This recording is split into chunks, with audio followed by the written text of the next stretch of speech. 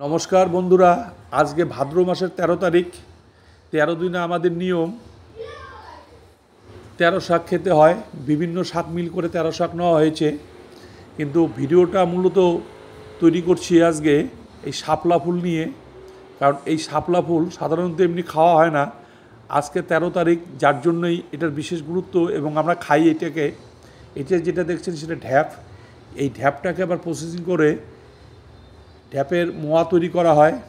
এদিকে হেলাঞ্চা শাক নেওয়া হয়েছে, হেলাঞ্চা শাকেরও বড়া হবে এবং হেলাঞ্চা শাক বিভিন্নভাবে খাওয়া যায়, খুব উপকারী জিনিস।